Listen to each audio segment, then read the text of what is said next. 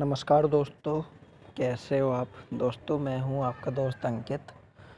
और दोस्तों मैं आपको ये बताना चाहता हूँ कि मैं, आप और मेरे और सारे देशवासी जो भारत में रह रहे हैं, मुझे ये बताते हुए बहुत दुख हो रहा है कि हमारे देश में हर 15 मिनट में एक लड़की के साथ रेप होता है और उस लड़की के रेप के जस्टिस मिलने में हमें टोटल 15 साल तक लग जाते हैं।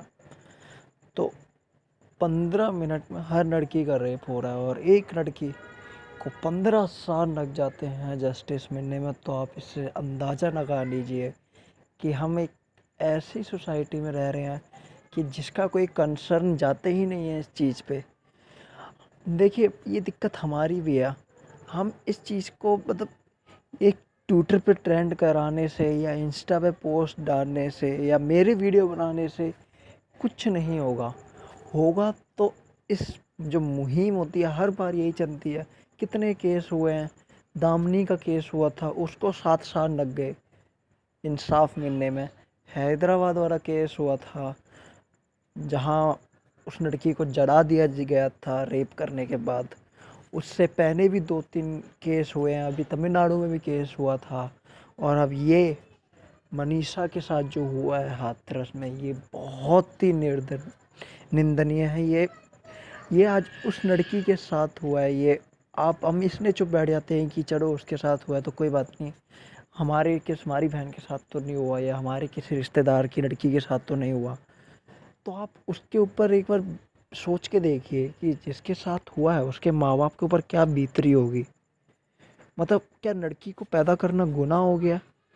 क्या हम इतनी बड़ी बड़ी बातें जो करते हैं, हमारा देश इतना आगे जा रहा है, टेक्नोलॉजी में आगे जा रहा है, हर चीज़ में आगे जा रहा है, अच्छी बातें जा रहा है, पर जब जिस देश में हम रह रहे हैं उस देश में हमारी लड़कियां हमारी बहनें जो हैं और वो सारी हैं वो सुरक्षित नहीं है, तो फिर उसका क्या फ़ायदा।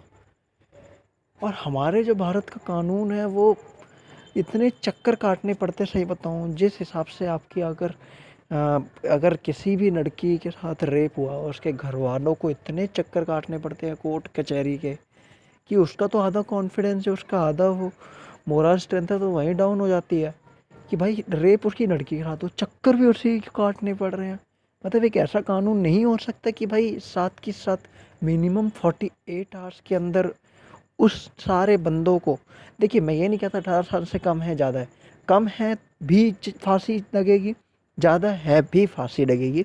इसमें कोई डिफरेंस नहीं होना चाहिए कि उसे बाल सुधार गृह में भेज के, यार जब वो इतना बड़ा काम कर रहा है, 18 साल से छोटी उम्र का बच्चा, बच्चा ही कहोगे आप अपनी लैंग्वेज में, मेरे ख्याल से तो बच्चा है नहीं, वो हैवान है। जब वो इतना बड़ा काम कर रहा है तो वो बाल सुधार गृह में जाने के लिए तो है ही नहीं, वो कभी नहीं हो सकता। आप इस चीज़ को क्यों नहीं सोचते हैं? बाल सुधार गृह में भेजने से उसकी सोच और मानसिकता नहीं बदलेगी।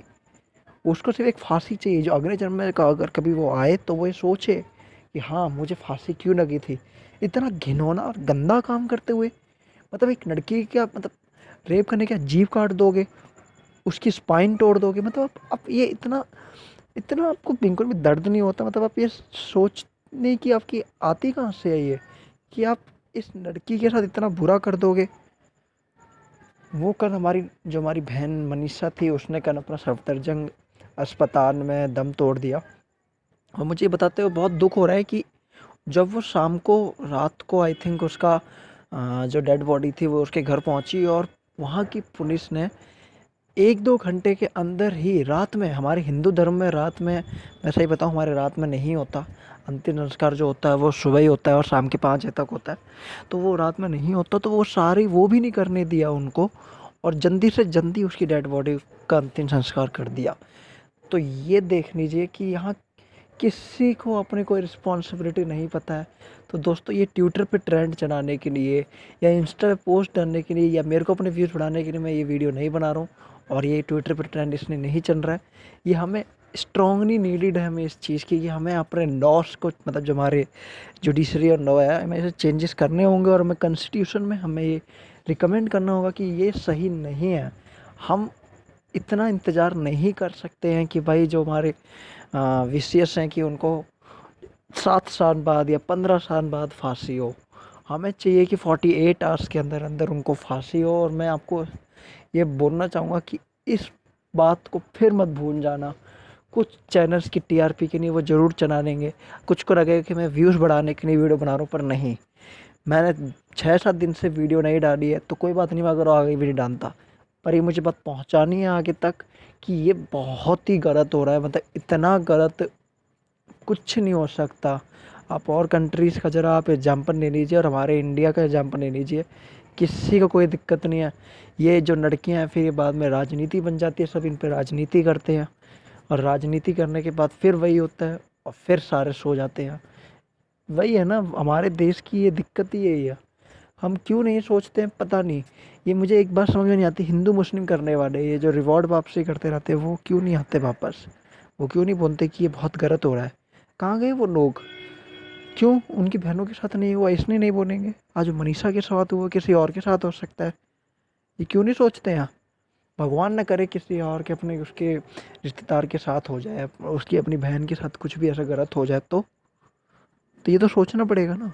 तो दोस्तों मैं आपसे यही गुजारिश करूँगा कि आप इस वीडियो को व्यूज़ के लिए नहीं, डिसलाइक भी करते तो कोई बात नहीं, पर मैं चाहता हूँ कि ये वीडियो आगे तक जाए और ये सबके पास तक जाए और इस बात पे सब अमल करें कि हमें अपनी जुडिशरी और लॉ में चेंजेस करने की बहुत ज़्यादा ज़रूरत है।